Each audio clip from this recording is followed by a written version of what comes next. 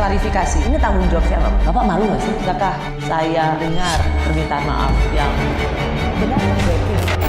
Orang-orang menjadi korban.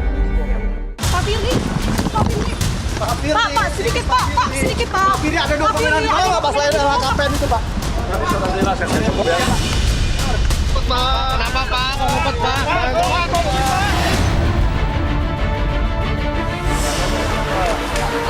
Menetapkan Saudara FB selaku Ketua KPK RI sebagai tersangka dalam perkara dugaan tindak pidana korupsi.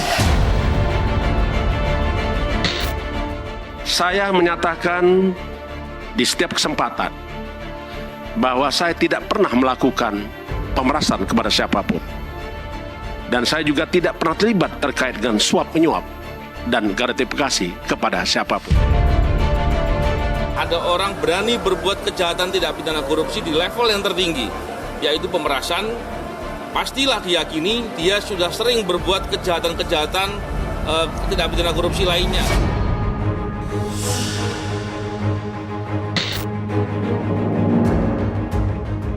Cukur rambut hingga gundul jadi simbol pembersihan KPK usai Firly resmi menjadi tersangka kasus pemerasan dan penerimaan gratifikasi mantan Menteri Pertanian Syahrul Yassin Limpo. Cukur itu adalah membersihkan, ya, jadi kita membersihkan kepala, membersihkan KPK.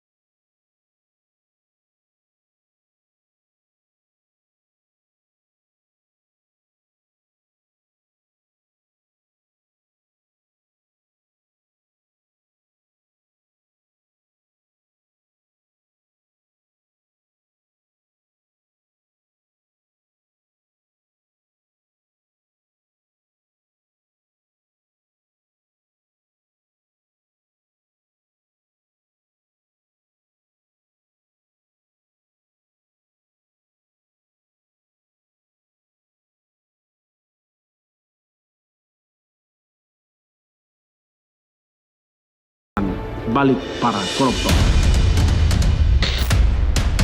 Mau tak mau, KPK harus bercermin atas kasus Firly.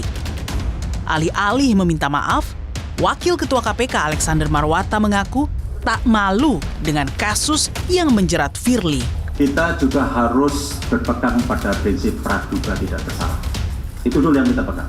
Kan gitu kan. Apakah kami malu? Saya pribadi tidak. Ya. Karena apa? Ini belum terbukti. Mantan Ketua KPK Abraham Samad menilai sikap Alexander Marwata ini adalah bentuk melindungi kejahatan Firly. Samad pun mendesak polisi agar menelusuri kemungkinan adanya pimpinan KPK yang terlibat dalam kasus ini. Sekali lagi saya mau mengingatkan orang yang bernama Alexander Marwata bahwa keterangan yang Anda lakukan itu, yang Anda sampaikan, itu memberi kita petunjuk bahwa Anda sedang melindungi yang namanya kejahatan. Maka polisi harus juga memanggil orang yang bernama Alex Marwata dan komisioner-komisioner lainnya untuk segera diperiksa. Karena saya tidak yakin Firly hanya seorang diri melakukan kejahatan ini. Presiden Jokowi telah melantik Nawawi Pomelango jadi Ketua KPK sementara menggantikan Firly. Tugas berat kini menanti Nawawi dan 3 pimpinan KPK lainnya. Memulihkan kepercayaan publik pada KPK yang telah hancur akibat ulah Firly.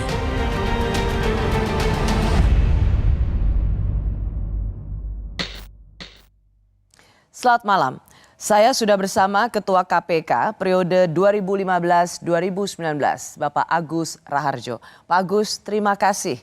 Pak Agus sebagai Ketua KPK di periode 2015-2019, persis sebelum Ketua KPK yang jadi tersangka yaitu Firly Bahuri menjabat. Pak Agus, saya mau tanya dulu, apa yang Anda lihat dari lembaga anti rasuah ini yang pernah Anda pimpin sekarang?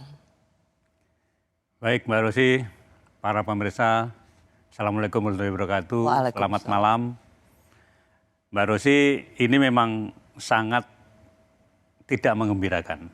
Saya juga merasa ini adalah dari sisi citra, ini adalah terendah selama ini. Oleh karena itu, saya sangat berharap agar ada perubahan-perubahan yang dilakukan oleh yang berkuasa terutama, untuk kemudian mengembalikan KPK seperti semula. Bapak kelihatan ikut merasa jadi, saya bisa menangkap, sedih banget ya? Iya. Saya sedih, termasuk saya sangat sedih dengan ini. Karena ya kita menjaga marwah itu puluhan tahun. Saya pernah menjadi sekretaris utama LKPP, persis kantor sementaranya di depan gedung KPK. Dan saya sangat mengidolakan ASN dan yang lain itu seperti KPK itu. Saya sangat mengidolakan. Dulu ngefans banget sama KPK? Saya sangat ngefans banget. Tapi saya nggak ngelamar loh. Saya kemudian waktu itu kebetulan pensiun dari LKPP, saya memutuskan pensiun. Di tahap pertama tidak ngelamar, kemudian pesertanya kurang, diundang oleh pansel pada waktu itu. Betul. Jadi ngelihat KPK sekarang itu, Pak Agus bisa dibilang shock. Shock, ya betul. Tidak pernah terpikir sebelumnya KPK akan berada di titik serendah ini? Karena kita dulu menjaga marwahnya tidak main-main. Sampai saya menyaksikan yang namanya Pak Abdullah Yamahua ya, waktu saya masih di LKPP, itu di dalam suatu rapat, beliau lupa ngambil tisu di meja itu. Itu Pak Abdullah Yamahua langsung, maaf saya tadi ngambil tisu. Ditinggal uang 10.000 untuk ganti tisu yang dia pakai. Sampai segitunya tuh? Karena dulu kita jauh menjaga marwahnya bukan main. Pak Agus, baru kali ini sepanjang sejarah Ketua KPK, sebuah lembaga untuk pemberantasan korupsi, kena kasus korupsi. Dalam hal ini yaitu pemerasan. Dulu memang pernah ada Ketua KPK, tapi berbeda kasusnya. Ini tersangka sebagai seorang yang memeras pihak yang berperkara. Ini kenapa bisa terjadi ya? Celahnya memang ada dan dimanfaatkan, atau Anda melihat bahwa ini sesuatu yang sudah bisa diduga sebelumnya? Sebetulnya kalau kita kembali ke proses pemilihan komisioner hari ini, itu protes terhadap terpilihnya beberapa komisioner, itu sudah dilakukan banyak orang, termasuk saya sendiri. Kalau Mbak Rosi ingat, saya menulis surat terbuka kepada Presiden sama Komisi 3 kalau tidak salah. Kemudian juga deputi kami, deputi pengawasan internal dan pengaduan masyarakat, itu mengirim suratnya kepada Pansel dan menantang Pansel untuk kalau pengen bukti mari datang ke KPK, buktinya kami tunjukkan. Jadi kami dulu memang di KPK termasuk orang yang tidak menyetujui kalau Pak Firly ini bisa menjadi komisioner gitu. Jadi sejak awal tidak saja pegiat anti korupsi yang keberatan atau mengirimkan pesan protes bahwa ada nama-nama termasuk Pak Firly ini menjadi pimpinan KPK, tapi Pak Agus Raharjo sendiri sebagai Ketua KPK sebelumnya itu juga sudah mengirim pesan. Ya, saya bikin surat terbuka kepada Presiden kan. Saya lupa apa ke Komisi 3 saya tembusin, tapi Presiden malah saya ditanya oleh siapa itu yang Mas Ulin Yusron ya kalau nggak salah ya. Itu nelpon saya, Pak Agus ini benar tulisan Pak Agus. Betul itu tulisan saya gitu. Pak Agus, saya akan menitik beratkan pada poin itu. Soal kualitas integritas para pimpinan KPK. Tetapi yang juga saya mau masuk adalah ada perlawanan dari Firly Bahuri ketika ia ditetapkan sebagai seorang tersangka. Dan ini kalimatnya. Saya pastikan bahwa kami tidak pernah melakukan hubungan dengan para pihak, apalagi meminta sesuatu atau disebut dengan pemerasan. Saya yakin itu adalah tidak pernah dilakukan sesuai dengan yang dituduhkan. SEL dan Ditkrimsus Polda Metro juga sudah mengatakan bahwa ada pertemuan Pak Firly dengan SEL di Rumah Kertanegara, Pak. Mungkin Pak Firly ada penjelasan terkait hal itu, Pak? Saya pastikan saya tidak pernah ketemu dia di sana. Tapi nanti Anda akan lihat sendiri. Pernah banyak ada ngomong ketemu di PTIK, ketemu di mana lagi. Seingat saya tidak. Tapi kalau Anda tanya lagi, apakah betul ketemu di lapangan bulu tangkis? Pasti ada. Demikian beratnya posisi saya saat ini ketika melawan serangan balik dari para koruptor. Apalagi itu dihadapi dengan gagah berani, dengan tanpa menyerah, tanpa menelelah untuk membersihkan negeri ini dari praktek-praktek korupsi. Dan pastilah akan terjadi perlawanan dari para koruptor. Firly Bahuri sudah ditetapkan sebagai tersangka tetapi masih memberikan pembelaan. Kita terima itu, tapi kita juga lihat bahwa ia masih sangat lantang dan mengatakan bahwa ini serangan balik dari para koruptor. Apakah Pak Agus sebagai Ketua KPK di masa sebelumnya juga melihat ini gejala yang sama, koruptor menyerang balik? Serangan balik koruptor itu mungkin ada, itu wajar sekali kalau. Apakah ada. Dalam kasus ini kalau serangan kasus balik ini, koruptor? Saya terus terang kalau kita mengacu kepada pengalaman pada waktu saya menjadi Ketua KPK, Saudara Firly ini juga pernah dilakukan penyelidikan etik terkait dengan ketemu dengan salah seorang yang diduga juga akan menjadi berperkara. Oke, jadi kalau saya katakan misalnya bahwa apakah pas konteks koruptor menyerang balik di kasus Ketua KPK menjadi tersangka, itu sebuah label yang pas? Itu saja yang saya tanya. Apakah benar ini koruptor menyerang balik atau memang sudah layak dan sepantasnya seorang KPK dijadikan tersangka? Kalau lihat kejadiannya kemudian kan banyak ya. Kenapa kemudian kita ragu-ragu bahwa itu serangan balik? Karena kejadiannya kan sampai ada rumah di Kertanegara, sampai ada itu. Jadi kalau dalam kaitan itu kemudian kan kita menjadi ragu-ragu itu kalau serangan balik koruptor ya. Orang juga mengatakan ini soal cicak buaya. Apakah Pak Agus Rarjo ada cicak buaya jilid 1, cicak buaya jilid 2? Apakah ini termasuk cicak buaya jilid? Kalau ini bukan masalah cicak buaya itu pasti. Sama sekali jauh dari pertarungan cicak buaya. Ya, jauh. Pak Agus Rarjo, saya juga ingin menanyakan bahwa bagaimana bila misalnya begini, argumentasinya atau pembelaan Pak Firly Bahuri, bagaimana saya bisa memeras orang yang berperkara? Toh mantan Menteri Pertanian itu ditetapkan sebagai tersangka, sehingga itu nggak nyambung logika hukumnya. Kan menetapkan sebagai tersangkanya sangat belakangan, ya kan, sangat belakangan. Jadi itu kemudian ya karena merasa gagal kemudian ya ditetapkan aja sebagai tersangka, kan bisa begitu. Jadi kalau saya kalau menetapkannya itu jauh-jauh hari sebelum isu itu berkembang, itu malah mungkin sangat jauh lebih baik dibandingkan dengan sudah menjadi medannya sudah diacak-acak, medannya sudah baru ditetapkan gitu. Kalau kita lihat apa kalimatnya mantan Menteri Pertanian ketika ditanya oleh para wartawan, apakah benar Ketua KPK memeras Menteri Pertanian soal kasus korupsi? Mentan mengatakan tangan saya masih diborgol ini. Itu pesan apa kira-kira menurut Anda? Kalau tangan saya masih diborgol itu kan dalam arti dia nggak bisa berpihak pada dirinya sendiri karena juga dia terkait dengan KPK yang masih bisa melakukan apa dia lebih diberatkan atau akan diringankan kan anunya begitu. Jadi dia pasti mikir itu juga, makanya dia tidak memberikan jawaban yang clear, yang jelas mengenai. Ia tidak dapat mengatakan yang sebenarnya karena tangannya masih diborgol di KPK. Baik, penetapan status tersangka tak membuat Firly Bahuri gentar. Ia melawan karena yakin dalam penetapannya sebagai tersangka adalah Kapolda Metro Jaya. Apakah ini menandakan perang bintang mantan pejabat KPK asal Polri? Saksi-saksi yang diperiksa oleh pihak penyidik Polda itu diminta buat pengakuan, ada penerimaan, ada penyerahan, dan itu pun mereka bantah gitu. Pertanyaan kepada Pak Firly hanya sebatas pertanyaan yang sangat normatif terkait dengan apa riwayat jabatan, riwayat penempatan gitu kan.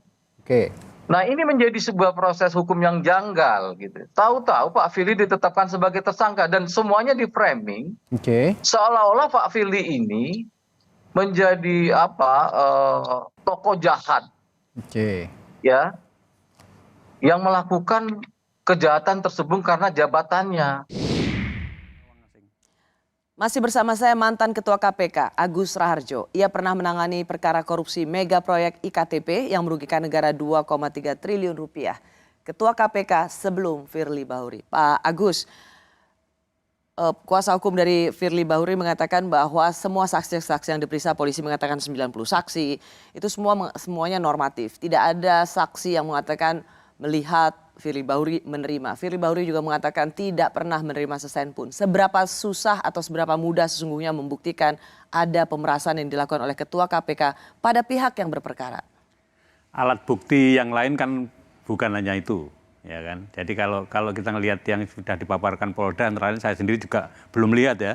Tapi antara lain pencairan uang, kemudian sampai sebesar 7 miliar di beberapa. Ya, itu nanti kan bisa ditelusuri dari mana asalnya, dari mana. Itu relatif lebih mudah untuk mencari pembuktiannya. Kemudian saya sebetulnya pengen mengatakan bahwa sebetulnya kasus Pak Firly ini bermula dari, kalau saya boleh menyalahkan, ya Pak Jokowi. Kenapa Presiden Jokowi? Karena tone of the top-nya kelihatannya di periode kedua Pak Jokowi itu sangat menurun untuk pemberantasan korupsi. Anda ingat revisi Undang-Undang KPK dilakukan. Padahal yang lebih penting itu bukan itu kalau kita mau memberantas korupsi. Kalau kita mau memberantas korupsi sebetulnya yang perlu direvisi itu malah Undang-Undang nomor 31 tahun 1999, Undang-Undang Pemberantasan Tipikor. Undang-Undang Pemberantasan Tipikor itu belum memenuhi yang disarankan oleh PBB. United Nations Convention Against Corruption. Apa yang mestinya harusnya direvisi, Pak Agus? Banyak. Jadi salah satu yang paling prioritas. Termasuk private sector, perampasan aset, illicit enrichment, trading influence. Oke, perampasan aset memang sampai saat ini masih terus menjadi. Dan sebetulnya nggak usah sendiri, itu harus masuk dalam Undang-Undang Pemberantasan Tipikor. Semuanya termasuk itu. Jadi kalau itu yang dilakukan, bukan ngutik-ngutik Undang-Undang KPK-nya, itu akan anti korupsi di Indonesia relatif akan lebih baik. Nah, kalau kita masuk kembali ke kasus ini, saya mau nanti akan masuk ke situ juga. Ini mengapa kerusakan penegakan hukum terjadi, terutama pemberantasan korupsi ini bisa terjadi. Kalau kita lihat Pak Agus, Ketua KPK sudah jadi tersangka, tetapi tidak ditahan. Padahal selama ini KPK sendiri kalau menetapkan seseorang menjadi tersangka, ia diberhentikan karena seperti biasa polisi juga begitu. Tapi mengapa ini tidak berlaku pada seorang Firly Bahuri? Ya sebetulnya kalau menetapkan tersangka langsung ditahan itu biasanya di KPK. Tapi Polda sendiri apakah punya praktek seperti itu karena ini yang mentersangkakan kan Polda. Ya, kan? Tapi sudah dinaikkan ke Dirkrimsus Mabes Polri. Nah jadi Polda kemudian Mabes Polri memang yang bersangkutan menjadi tersangka. Oke, pertanyaannya adalah begini. Karena kemudian ini yang dikatakan oleh Ketua KPK sekarang yang sudah ditunjuk oleh Presiden Jokowi. Ada soal penetapan tersangka kasus korupsi rel kereta, di mana kemudian namanya Muhammad Suryo ditetapkan sebagai tersangka. Dan Ketua KPK pada waktu itu yang sudah jadi tersangka ikut menetapkan tersangka 3 orang, yaitu Alexander Marwata sama Yohanes Tanak. Menurut Anda apakah seseorang yang sudah ditetapkan sebagai tersangka ikut menetapkan seseorang menjadi tersangka itu cacat moral, ilegal? Kalau saya itu termasuk cacat moral, saya setuju dengan Pak PLT ketuanya sekarang. Jadi mestinya dia tidak ikut menetapkan kalau sudah menjadi tersangka. Tetapi itu dibiarkan di KPK. 3 orang pimpinan KPK ikut menetapkan sebagai tersangka. Orang kemudian melihat ini sebagai perang bintang pimpinan KPK yang berasal dari Polri. Karena penjelasan atau pembelaan dari kuasa hukum Pak Firly mengatakan bahwa ini ada dalang dari penetapan Firly Bahuri sebagai tersangka adalah Kapolda Metro Jaya Karyoto.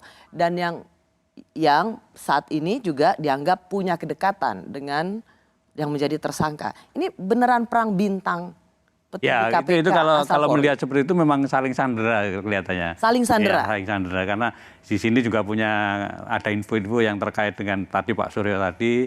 Kemudian ya, jadi kalau saling menetapkan tersangka seperti itu ya seperti saling sandera. Nanti kita lihat aja berikutnya mengenai pembuktian itu pasti kan mereka tidak bisa menghindar dari proses pengadilan yang akan datang. Mengapa ini mencemaskan? Karena ternyata penegakan hukum itu sangat erat kaitannya dengan politis. Apakah Pak Agus juga melihat ini?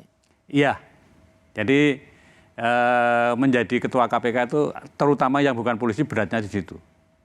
Jadi ketua KPK yang bukan polisi yang bukan beratnya polisi, di seperti situ. saya, itu bisa aja kasus itu bisa dicari-cari gitu loh, supaya saya punya kasus, ada itu.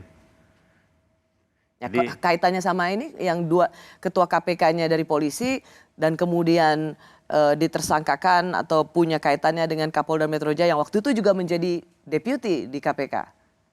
Ini kan apakah ini perang bintang polisi? kalau ini bisa dikatakan perang bintang dalam arti dua orang sudah tidak ada kecocokan gitu ya. Padahal Dan- bersama-sama di KPK. Padahal sama-sama di KPK. Kemudian dua orang nggak punya kecocokan, masing-masing kemudian punya data. Yang satu punya data yang satunya, yang satu juga begitu. Jadi begitu dimulai dengan penetapan Pak Firly, pasti Pak Firly juga punya data mengenai Pak Karyoto. Jadi ini ya oleh karena itu saran saya ya kita tunggu aja nanti pengadilan kemudian memutuskan seperti apa. Karena datanya ini kan masih masing-masing kan masih samar-samar ya. Pak Agus, Pak Firly itu tidak mau mengundurkan diri. Ia kemudian sudah diberhentikan sementara oleh Presiden, ada PLT, tapi ia tidak mengundurkan diri. Semula Alexander Marwata mengatakan ada azas praduga tidak bersalah. Ia masih tetap bisa punya akses ke KPK. Meskipun sekarang aksesnya setelah diberhentikan sementara, ia diperlakukan sebagai tamu. Berbahayakah seorang tersangka pemerasan masih bisa berada di sekeliling KPK? Meskipun disebutkan aksesnya hanya sebagai tamu. Ya itu termasuk hal yang mungkin harus dibenarkan oleh teman-teman KPK. Jadi sebaiknya ya yang bersangkutan tidak punya akses lagi di KPK dan dalam hal ini Dewan Pengawas kan harus juga berperan. Apa yang Anda desak dari Dewas? Saya berharap Dewas ini juga harus lebih keras karena saya melihatnya bahkan dulu ada yang namanya pengawas internal itu lebih kuat, lebih keras dibandingkan dengan Dewas hari ini.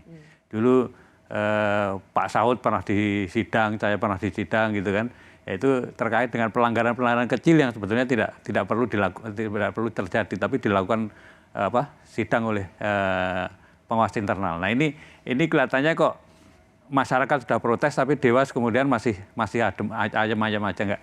Mudah-mudahan langkah terakhir untuk menyelamatkan itu bisa dilakukan oleh Dewas. Yaitu tadi kalau perlu memperkuat, kemudian tidak perlu masuk kantor, atau kalau masuk kantor di ruang tamu nggak perlu, itu harus dilakukan oleh Dewas. hanya sebatas itu, bukan sanksi diberhentikan tidak dengan hormat, diberhentikan dengan tidak hormat. Saya terus terang belum melihat kewenangannya Dewas kalau sampai memberhentikan komisioner ya. Tapi saya perlu pelajari lagi apakah memang dia mempunyai wewenang untuk itu, untuk memberhentikan komisioner. Atau kemudian dia hanya membuat sebatas usulan kepada Presiden untuk memberhentikan. Karena komisioner yang hari ini kan berbeda dengan komisioner yang zaman saya. Komisioner hari ini adalah termasuk aparatus eksekutif, jadi di bawahnya Presiden. Beda dengan saya dulu, kalau saya kan bertanggung jawabnya pada masyarakat, bukan kepada Presiden. Baik. Kasus Firly membuat publik semakin sulit percaya pada KPK. Pimpinan KPK dianggap tidak memiliki integritas yang mumpuni. Siapa yang membuat KPK jadi seperti ini?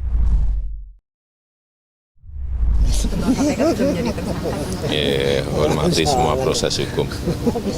Hormati semua proses hukum. Itulah presiden kita ya, selalu bicaranya kayak begitu, normatif. Pernah nggak dia sadar bahwa ini dimulai dari ulahnya dia? Pernah nggak dia memikirkan bahwa Firly ini terjadi seperti ini, itu karena ulah dari kepemimpinannya gitu? Pernah nggak dia sadarin itu? Pasca penetapan ini kita mau bikin apa gitu? Ya kalau kita mau bikin itu, saya bilang agak sulit kita mengharapkan sesuatu di pemerintahan sekarang ini, karena udah passionnya pemberantasan korupsinya nggak ada gitu. Masih bersama saya mantan Ketua KPK yang juga pernah menjabat Kepala Lembaga Kebijakan Pengadaan Barang dan Jasa Pemerintah periode 2010-2015. Ia diminta panitia seleksi KPK untuk mendaftar sebagai calon pimpinan KPK masa itu, Bapak Agus Rarjo. Pak Agus, pada waktu Pak Agus menjadi Ketua KPK, sesungguhnya Pak Firly Bahuri ada di situ sebagai Deputi Penindakan. Harusnya Anda tahu dong track record Pak Firly Bahuri waktu itu? Tahu. Apa catatan Anda? Jadi saya tadi di periode pertama sudah saya ceritakan bahwa dia pernah diperiksa oleh Komisi Etik yang dibentuk oleh Deputi PIPM terkait dengan pertemuan dia dengan salah satu yang akan menjadi kasus di KPK. Ya, waktu itu kalau tidak salah dia bertemu dengan saksi dari BPK dalam kasus suap perimbangan tahun 2018. Tapi intinya bertemu dengan orang yang berperkara. Dan bukan hanya itu. Ada yang lain lagi. Antara lain kita kan sedang menyelidiki Tuan Guru kalau nggak salah. Itu dia juga ketemu dengan Tuan Guru beberapa kali. Nah, Pak Agus kan Ketua KPK pada waktu Pak Firly Bahuri sebagai Deputi Penindakan. Ya. Pak Agus bikin apa? Nah itu dilakukan pemeriksaan selesai, sudah diusulkan pada pimpinan kami untuk melakukan tindakan itu. Tapi belum tindakan diputuskan sudah ditarik oleh Polri, ceritanya begitu. Oke, jadi itu masuk ke sidang etik untuk diselidiki, tetapi tidak ada keputusan apapun di situ. Keputusan dari sidang etik sudah ada. Apa keputusannya? Bahwa yang bersangkutan melakukan pelanggaran berat. Bahwa yang bersangkutan melakukan pelanggaran berat. Dan hukumannya apa waktu itu? Nah hukumannya belum diputuskan oleh pimpinan, kemudian... Pimpinan itu maksudnya pimpinan siapa? Komisioner KPK.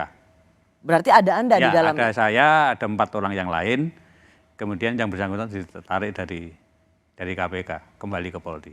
Oke, tetapi ketika ada sidang etik yang mengatakan yang bersangkutan terbukti melakukan pelanggaran etik berat, harusnya kan Pak Agus langsung memberikan sanksi. Betul. Kenapa Pak Agus tidak melakukan itu? Jadi ya itu waktunya kalah cepat dengan penarikan dari Polri, yang kemudian menjadi Kapolda. Jadi sebelum Pak Agus dan pimpinan KPK lainnya memutuskan sanksi pada Pak Firly Bahuri yang di sidang etik terbukti melakukan pelanggaran etik berat, Pak Firly sudah ditarik ke Mabes Polri. Waktu itu Kapolrinya siapa? Pak Tito.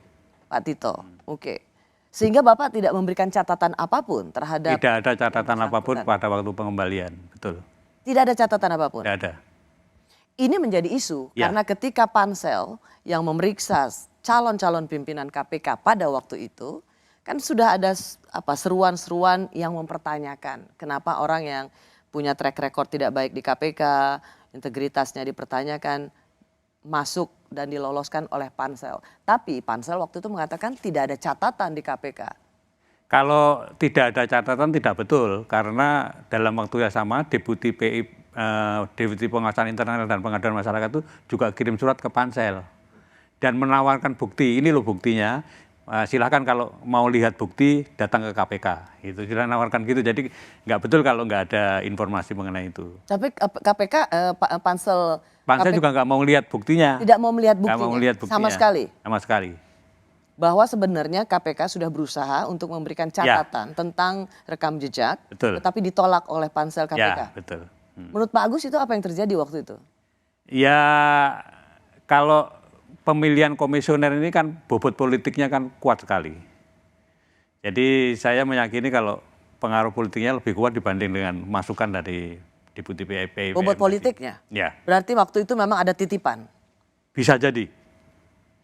Kalau kita kembali tadi apa yang menjadi fakta yang terjadi di internal KPK pada masa Pak Agus Raharjo menjadi ketua KPK dan Deputi Penindakan waktu itu Pak Firly Bahuri memang terbukti melakukan tindakan pelanggaran etik berat.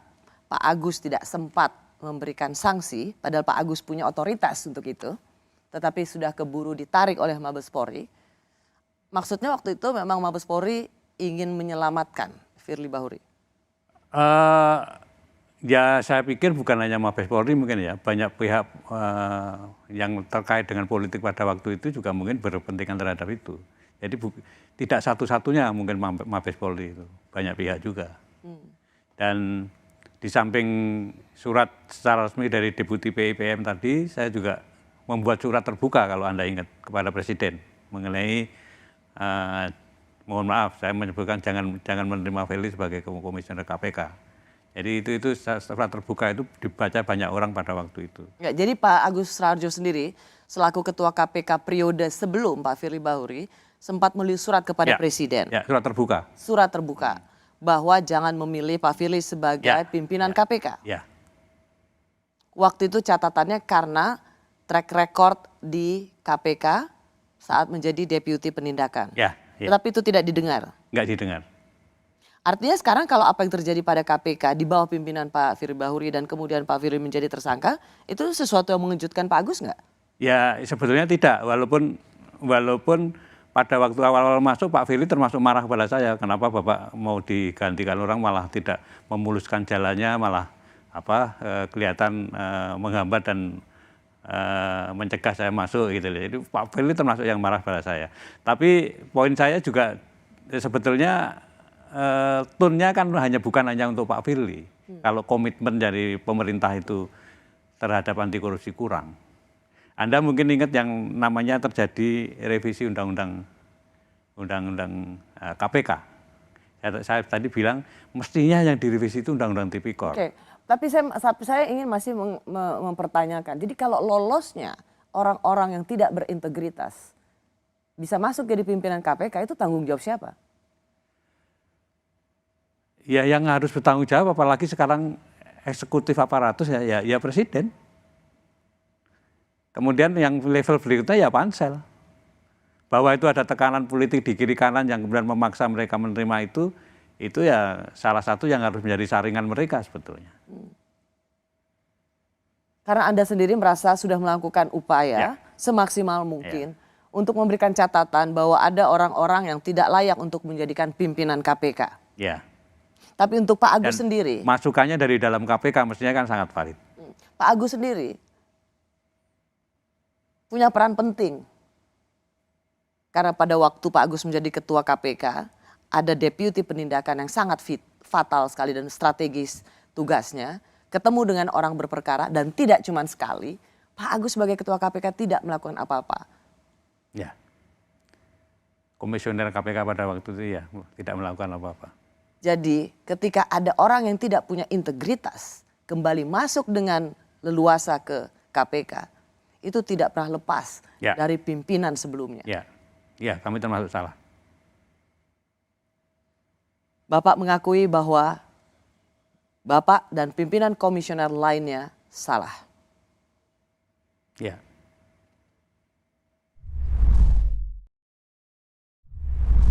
Saya masih bersama mantan Ketua KPK Agus Raharjo. Ia menjabat sebagai Ketua KPK persis di periode sebelum Firly Bahuri yang kini jadi tersangka. Pak Agus, waktu itu Bapak kan juga Ketua KPK, ya. Dan sekarang pimpinan KPK itu dianggap sebagai mereka yang penuh kontroversi. Justru dan dijadikan sebagai alat politik kekuasaan. Waktu zaman Pak Agus gimana?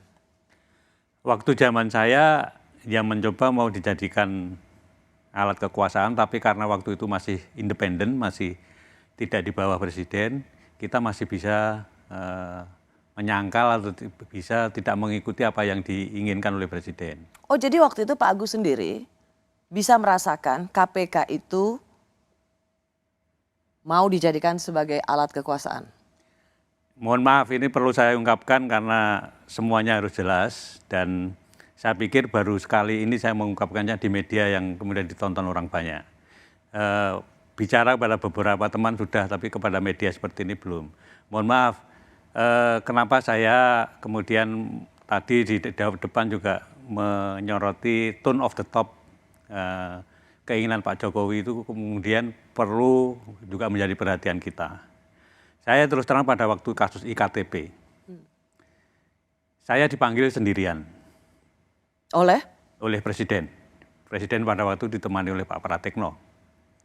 Jadi saya heran, biasanya memanggil itu berlima, ini kok sendirian.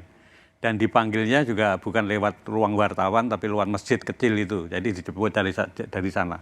Nah itu di sana, begitu saya masuk Presiden sudah marah. Presiden sudah marah, menginginkan, karena baru saya masuk itu, beliau sudah teriak, hentikan, kan saya heran, hentikan, yang dihentikan apanya gitu kan. Setelah saya duduk ternyata saya baru tahu kalau yang suruh hentikan itu adalah kasusnya Pak Setnov. Ketua DPR waktu itu? Ya, Ketua DPR pada waktu itu mempunyai kasus IKTP, supaya tidak diteruskan. Nah, Sprindik itu kan sudah saya keluarin 3 minggu yang lalu dari Presiden bicara itu. Sprindik itu tidak mungkin karena KPK tidak punya SP3, tidak mungkin saya berhentikan, saya batalkan. Ya. Kemudian karena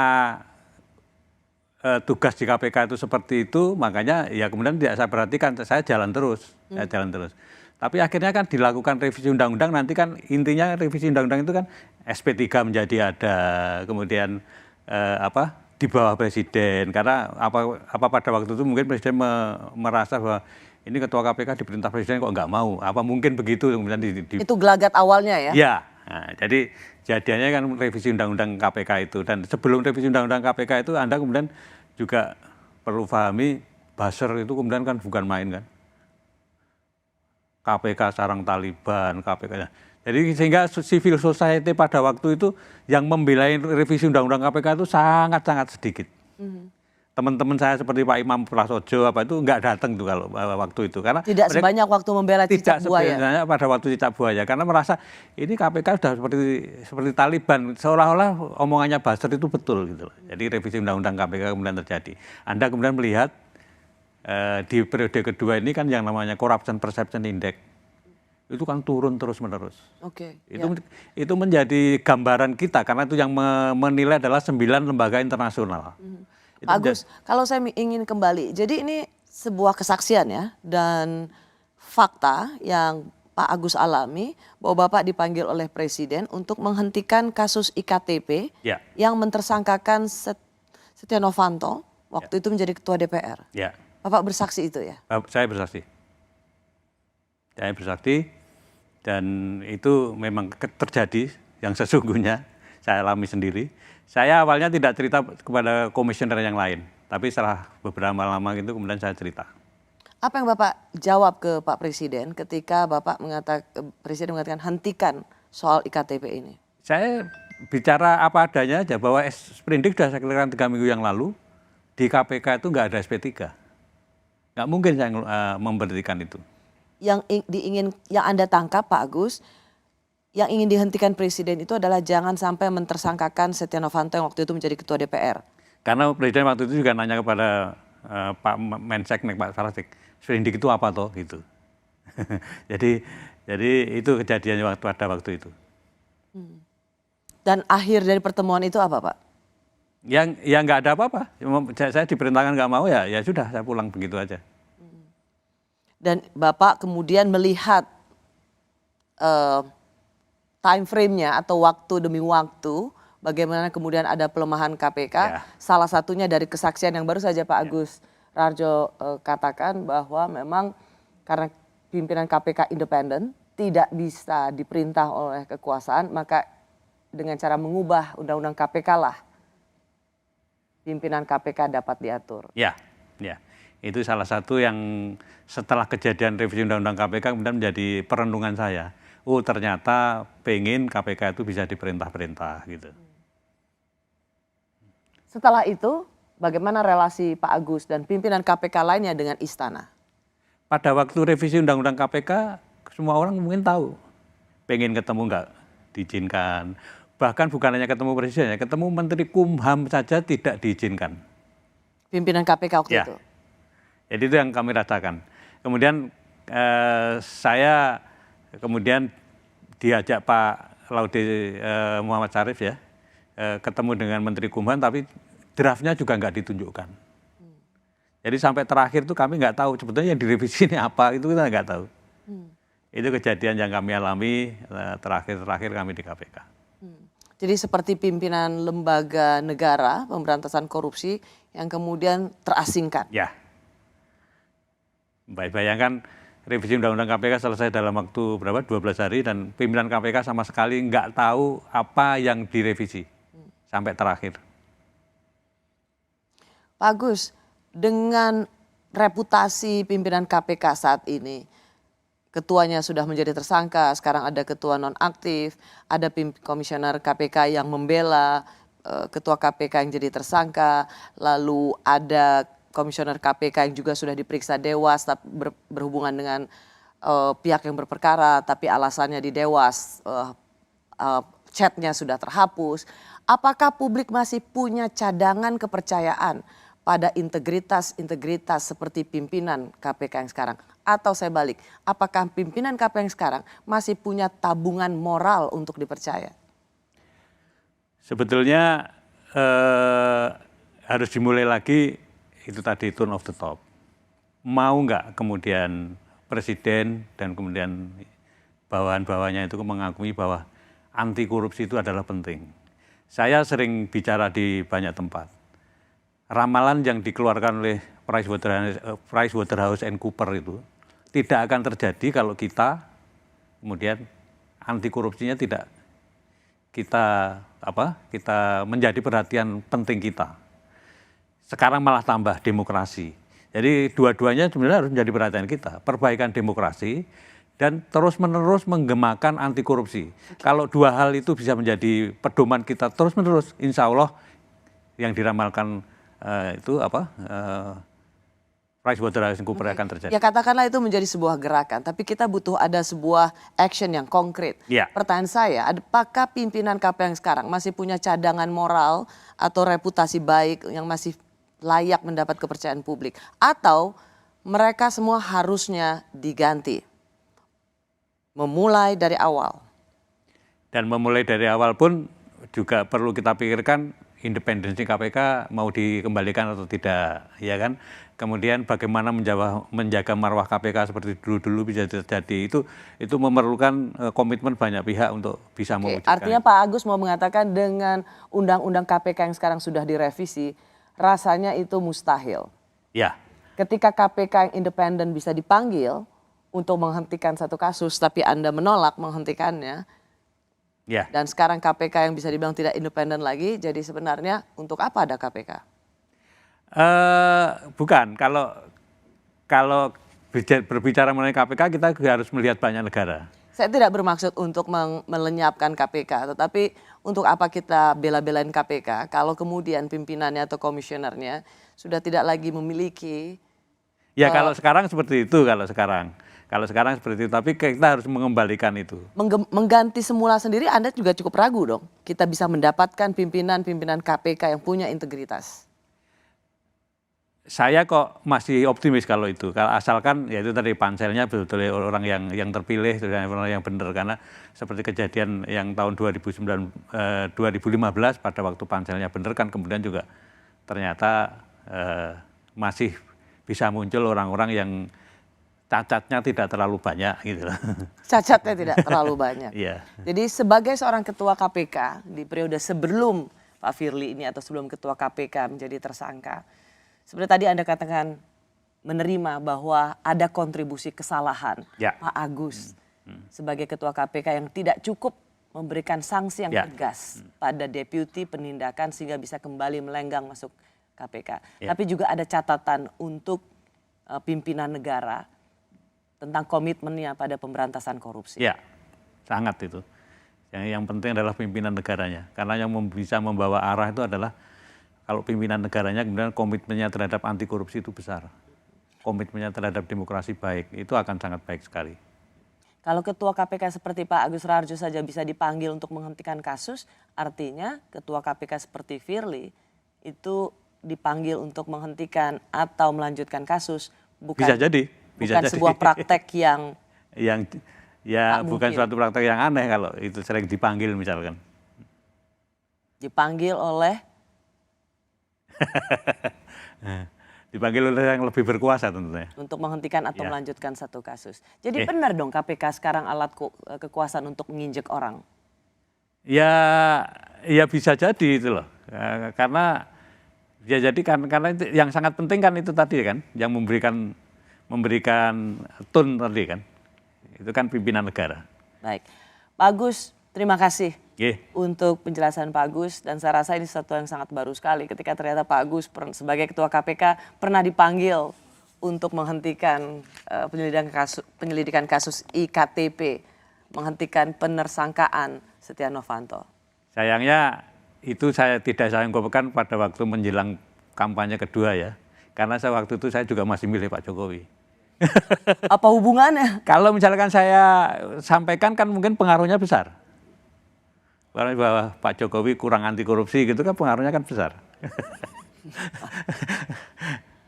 Baik Pak Agus, Oke. terima kasih. Saya juga ikut mendoakan semoga Ibu cepat sembuh. Insya Allah, amin, amin, ya Terima Rabbil kasih alamin. Amin. Pak Agus Raharjo. Oke. Terima kasih bagi Anda juga yang sudah menyaksikan program Rosi. Saya Rosiana Silalahi undur diri, kita jumpa Kamis depan. Selamat malam. Malam, atur nuhun Mbak Rosi, aku tak langsung pamit ya.